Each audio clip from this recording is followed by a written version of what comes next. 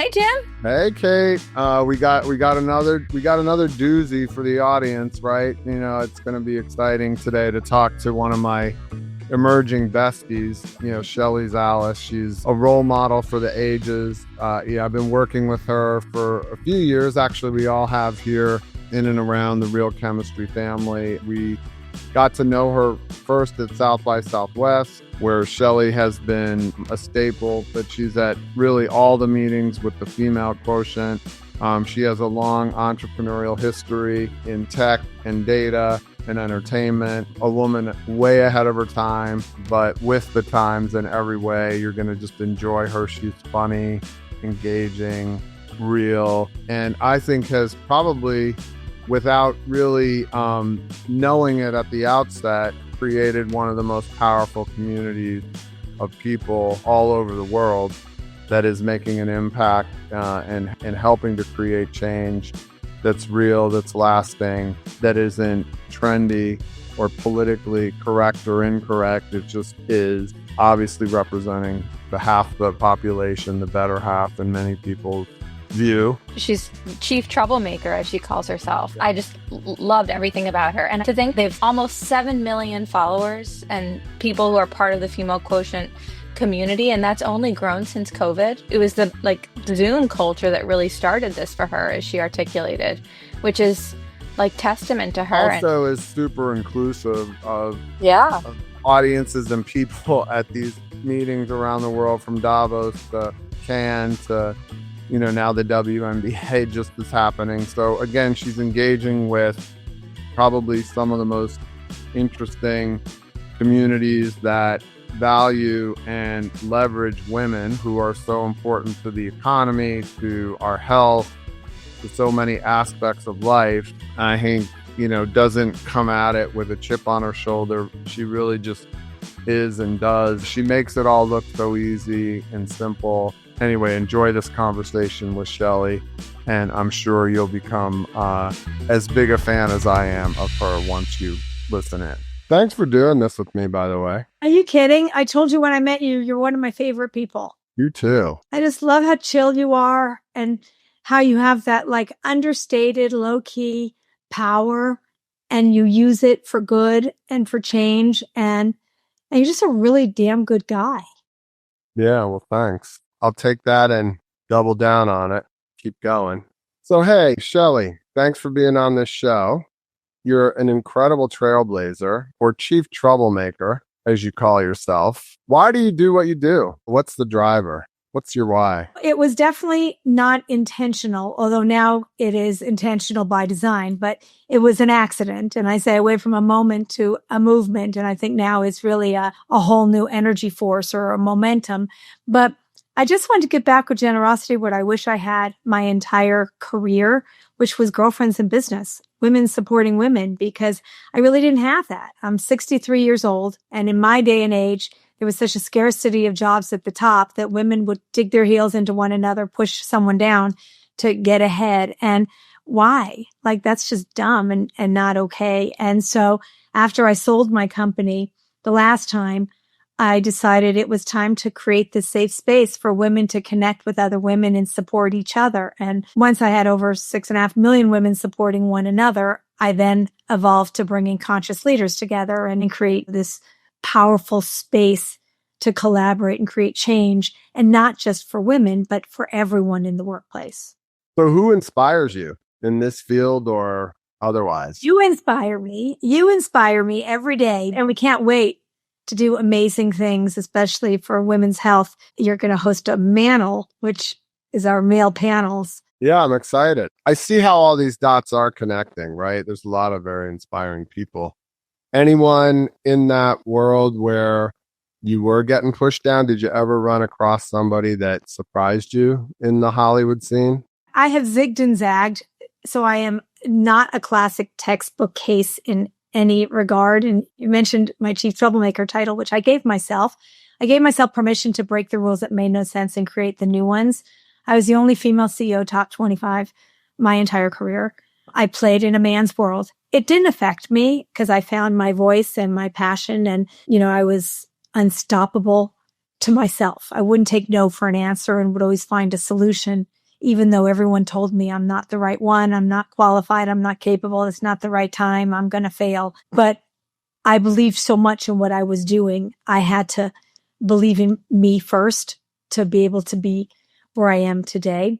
And so a lot of the people supporting me through my career when I pioneered online research, which was over, oh my God, 2000, so 26 years ago, a long, long time ago, I had amazing men that were my bosses. I mean, there were no female bosses. I had men that would teach me things along the way. And whether they were supportive or not, I learned so many valuable lessons from each and every one of them in very different aspects.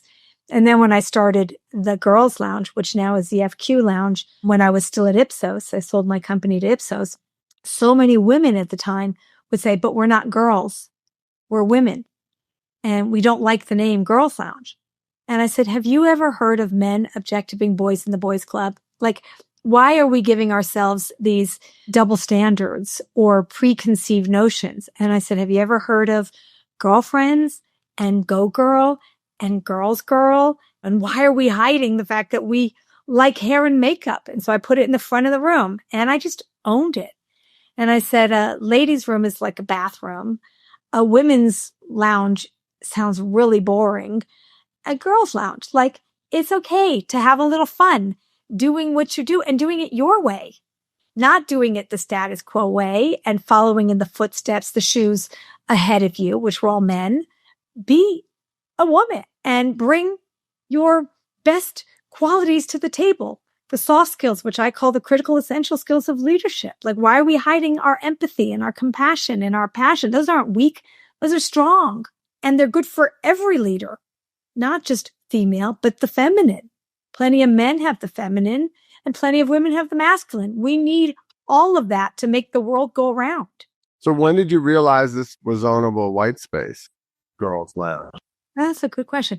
Well, I didn't build it to make money or to be in a business. It was a give back with something I wish I always had, which was a space at big industry conferences where I wasn't invited to parties. I didn't know anybody. I don't like golf.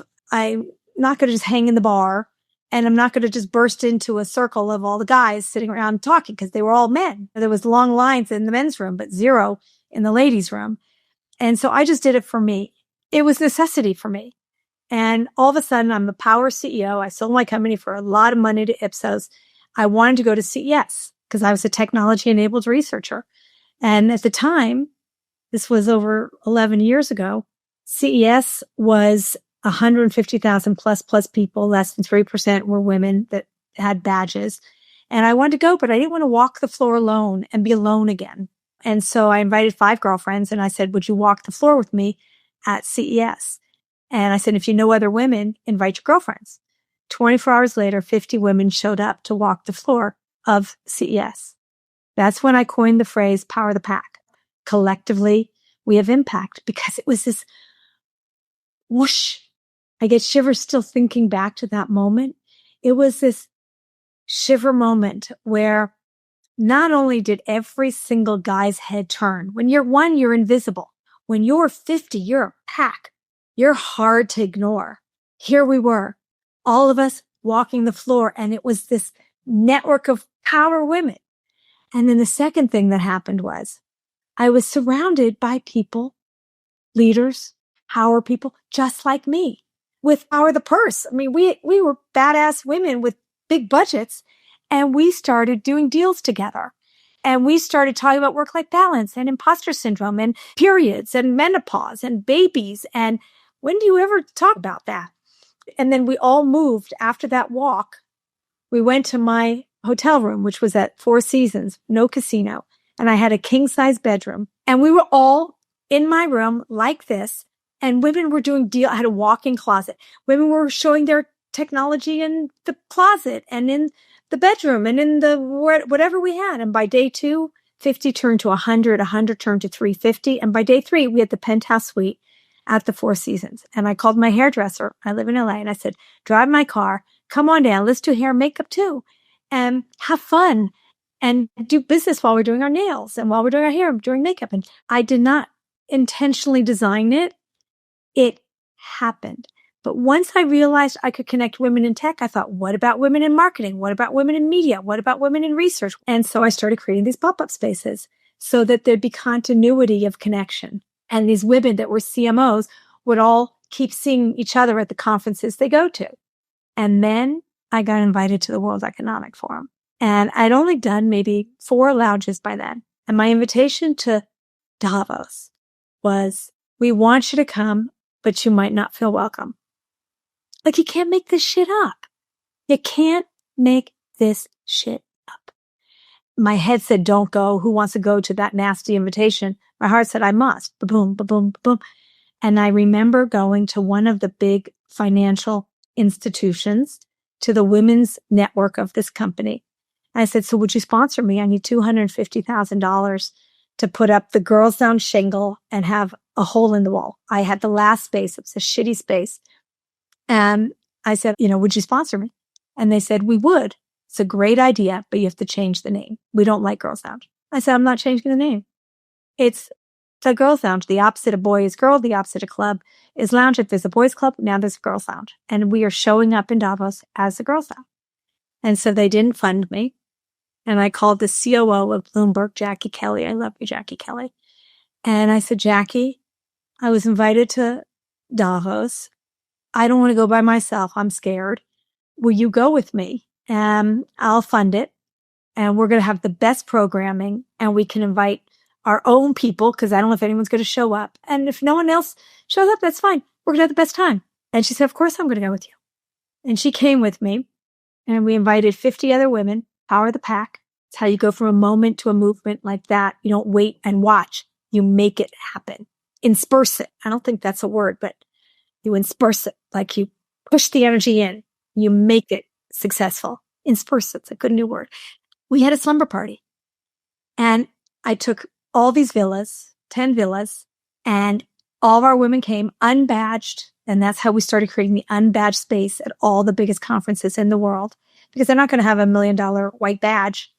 And I called it the Girls Lounge, the place for the 17%. And I hung the shingle right outside my little hole in the wall, but we had big windows. And those windows, I put messages that were great messages. When purpose meets passion, you're unstoppable. I called it the place for the 17% because less than 17% of WEF members are women with badges. And I hung a big chandelier in the window, lit. And at night, it turned the place pink. And by day, we had the best programming. People poked their head in. They came, but didn't matter. I filled the house with my 50 that I brought. So we never looked empty. We looked full. And year 2, Jamie Dimon, he said, wow, you have balls. This is the best thing that's ever happened to WEF. From now on, you could count on me as your keynote speaker and as your partner. And he has lived up to everything he promised. He comes every year. Yeah, he was just there. I saw him. Yeah, we got to see him speak. That was awesome. Was that the milestone moment when you knew this could be a company? I knew that this was legacy for me. And I had left Ipsos. I committed 5 years after I sold. And I had launched, it was called the Ipsos Girls Lounge while I was there. But a lot of men would say, well, if there's going to be a girls lounge, we need a man cave. Like, really? Anyways, so I decided at my 5-year anniversary, it was time for me to go and follow my heart, which I talk a lot about my heartbeat moments. It was one of my heartbeat moments that regardless, I've done market research for 40 something years. It was time to really work with C-suite leaders on rewriting the rules in the workplace so everyone could thrive. Always. I can relate to that. We love a little drama, don't we? Life would be boring without a little drama, baby. Come back to Davos and the Equality Lounge. We heard why you started it and how it's taken off. What are some of the pros and cons of that experience? I mean, you obviously have a big footprint there, but I experienced it with you this year. It was very funky. What went down? Being the first is hard because, I always say you got to be the first, the second, and the third. The first is the innovator, but you're going to have to try things that have never been done and get people to buy into something that is not in their frame of reference. People say you have to fail to succeed, I say, how much risk are you willing to take? And so you have to take the risk. The second is the copycat. People come in and copy what you've done, but they don't really know what's under the hood. Right. And the third is the sweeper. The ecosystem's built, established authenticity and credibility and all of that. And so they ride in with the money and they can beat you at your own game. So the third always wins. I swore to myself, I need to be the first, the second, and the third. So I've always set myself up to do all of those things. And for me, it's that power of collaboration. It's bringing our partners. You're not a sponsor. You're my partner, where we'll pick up the garbage and we pick up the mic and you do what it takes. We're all in this together. And it's this house of all of us. It's not mine. It's not yours. It's ours collectively. And if we share the values and the mission, we're going to win, because we're going to win together, creating the change. And there's two types of people. Those that see what they see, status quo, they follow the leader. No drama in that. That's predictable. And then there are those that see what's possible. And that's us. And that world of possibility is a lot more fun, a lot less risky, and a lot more actionable and forward thinking when we go together. And so Davos is one of those moments where it is the only conference. We are doing 60 to 70 events, experiences a year. It's the only one that we are not an official partner of. We created the unbadged space at Davos. There was no one else on the promenade except for us that's a non-WEF member. Now there's plenty until last year. And we trend top 5. And what happened was it created such a reverberation, I believe, at the World Economic Forum, because we're more packed than anyone else. We have great content. We have great, and it's all their partners, but having these unplugged conversations. So last year was a tough year because they decided, which is not their decision to make, that they were going to not allow any unbadged space to be on the promenade in the city of Davos. Okay. I'm sorry. That is unconscionable. And could I become a WEF member? Yes, you could buy a membership package.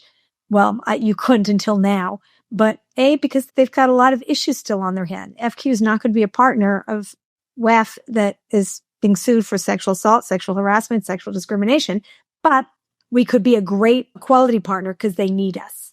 You could help them. Yeah. So it made it quite difficult, even though we went into space. I lost my space of 10 years because of this new law. And so we took a new one. Like, you can't stop us. And the more you try, the bigger we're going to get, the louder we're going to get, the stronger we're going to get. And we're going to find a way, of which we did. We went into a private space. But you know what? I'm okay with that, because it's what I told you at the beginning. There's always a solution. There's always a way. You just have to find it. Anything is possible if you want it. Well, Cannes coming up. What are you excited about there?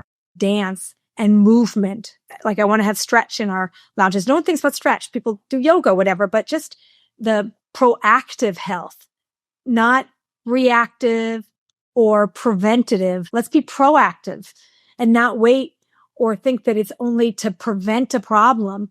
It's to proactively instill this healthy vibrancy. Yeah, it's to optimize these years in terms of longevity and health span and all that. But I think that's a real focus now. It's not prevention, because I think prevention people don't even get excited about, right? Proactive health, like, it's a new term. Like, I don't know if it's a term or not, but I like proactive health. Be healthy proactively at every age. It's not when you pass 60. I mean, I'm 63. I have to be proactively healthy. I don't want to think about responsive health. That means I'm thinking the worst. I want to every day be healthy. It should be just part of my mainstream, just like diversity and inclusion should be part of the fabric of a company. Proactive health and wellness should be a part of your every day. How do we create that in the fabric of our DNA? Because we think we have to wait until something happens. Well, we're in a reactive world for the most part. So tell me, let's ask some business questions. You got 6 million women, is that right, involved now? Or we're close to 7 million. Okay. Across 30 industries, 100 plus countries. How are you using these connections to drive revenue and growth? What's the 3-year plan? Interestingly enough, I had no idea that I should be doing anything with it until one day I get a phone call from one of our partners that said, can you create content with us and push it to your community? Because it's a unique media buy for us. We don't have anything like that. And all of a sudden I realized that's interesting. FQ has the largest global community of women in business, and no one else has that. And it's across digital channels. It's organic. And I will never use those individual connections, but en masse, that's purchase power. We know that over 85% of purchase decisions are made by women.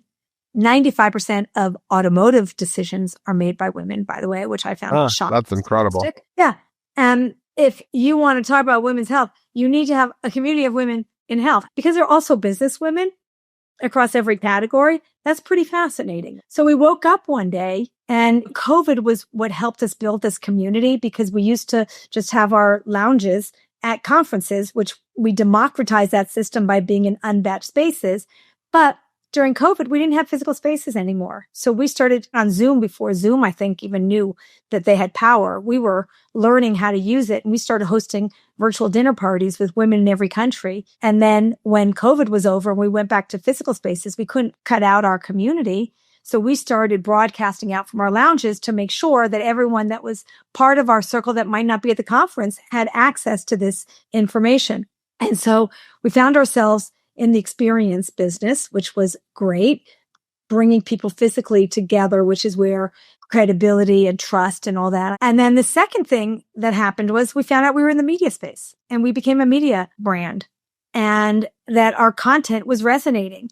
And so we create custom content and we push across our channels, or we just push content to promote the things that we think are really important for everyone to hear, brought to you by our partners in our channels. And then the third thing that has evolved very naturally is our transformation business, which we're about to launch in a significant way, which is strategy connections, where we can connect all of our amazing women around the globe to our brand partners and create this real, more formalized networking and business deals. I mean, we connect everyone for jobs and board seats, and we're not headhunters, but we know our community. And the same thing with female founders and women-owned businesses, connecting them to our partners in ways that has never happened before. And now when you look at tariffs and trade and so many of the supply chain that people were depending on before can't use anymore, less than 1% of supply chain goes to women-owned businesses.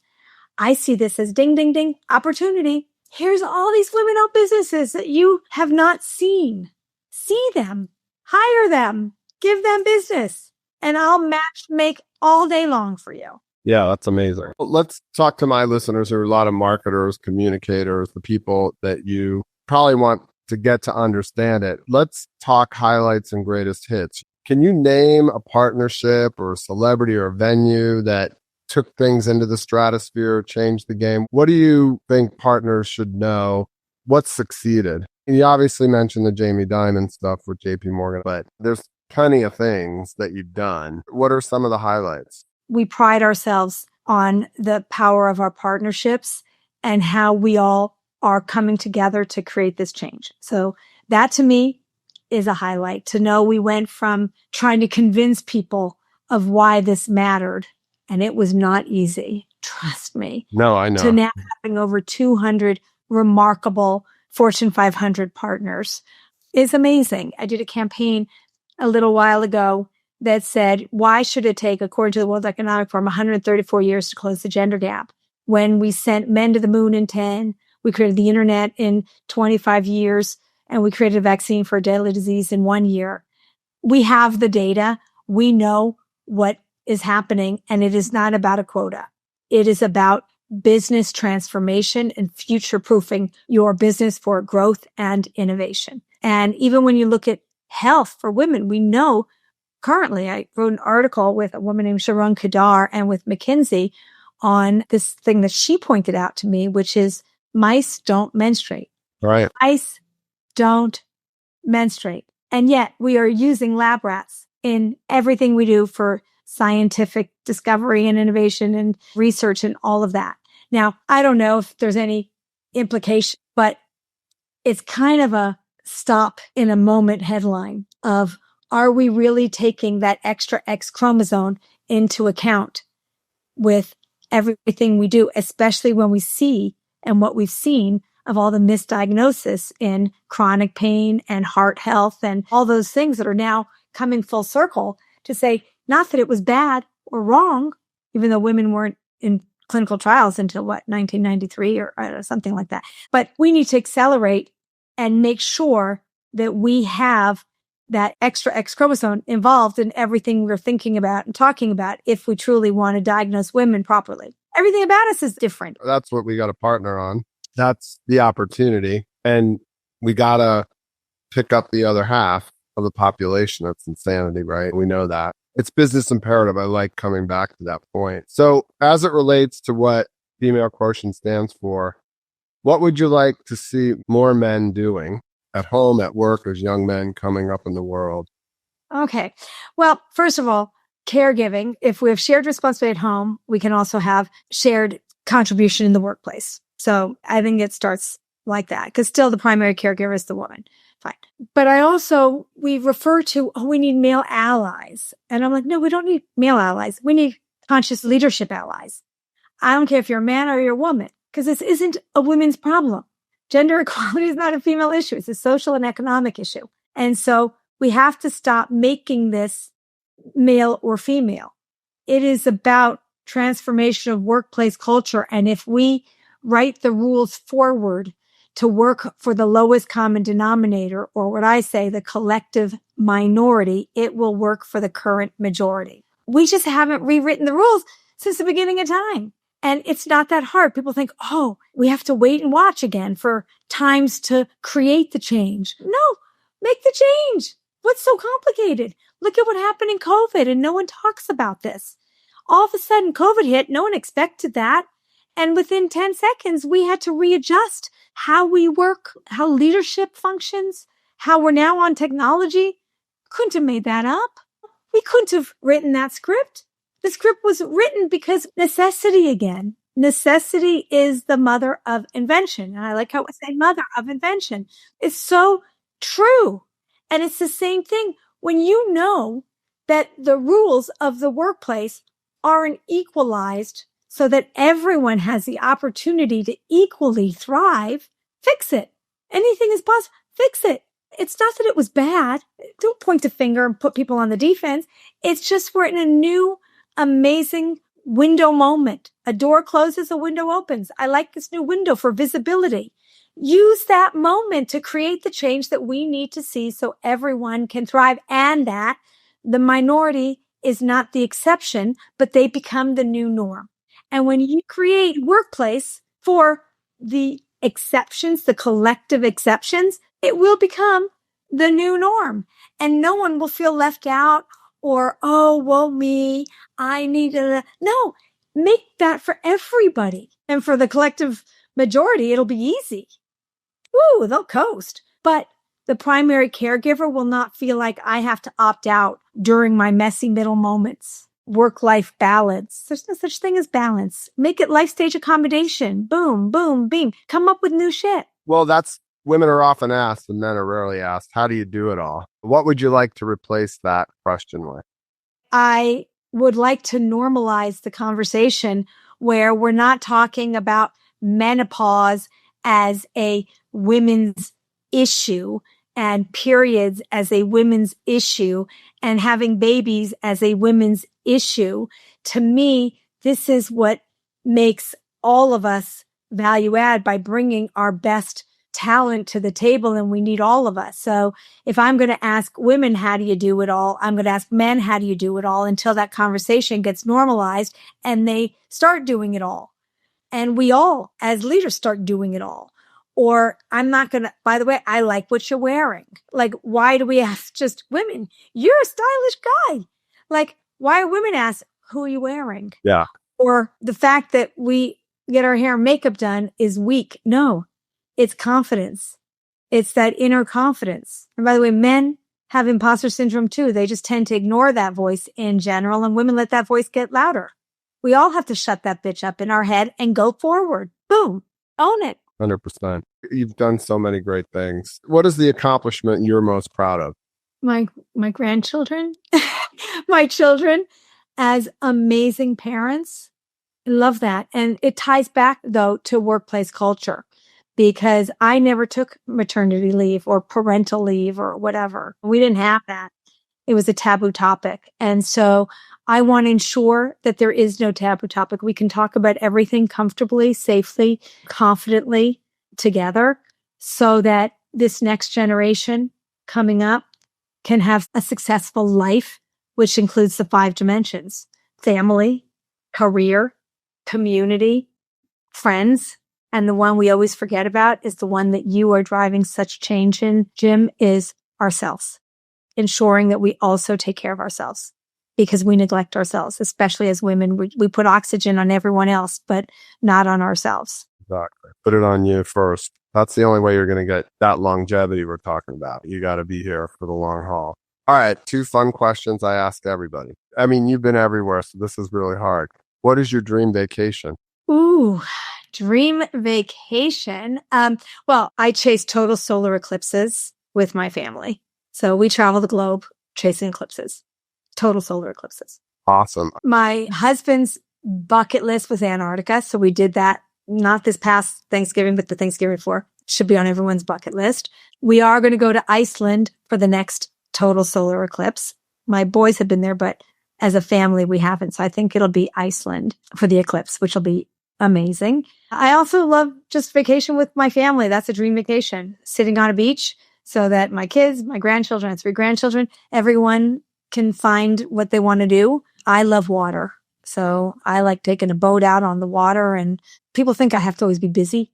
I'm really good at doing nothing. I'm sending you to a desert island. What album are you going to take? Oh,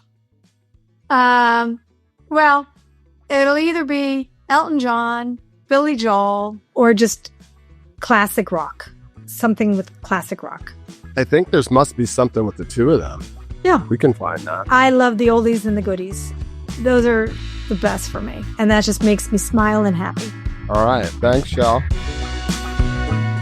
Hey, everyone. Thanks for joining me on the Get Real podcast. I hope you feel a little healthier hanging out with me. It's going to be a lot of fun passing this along to others. Please subscribe below. Please share. I'm excited not just to talk about healthcare, but a lot of other fun topics. It's about making healthy talk about healthcare. It's not a lecture. This is supposed to be fun, and look forward to spending more time with you in the future.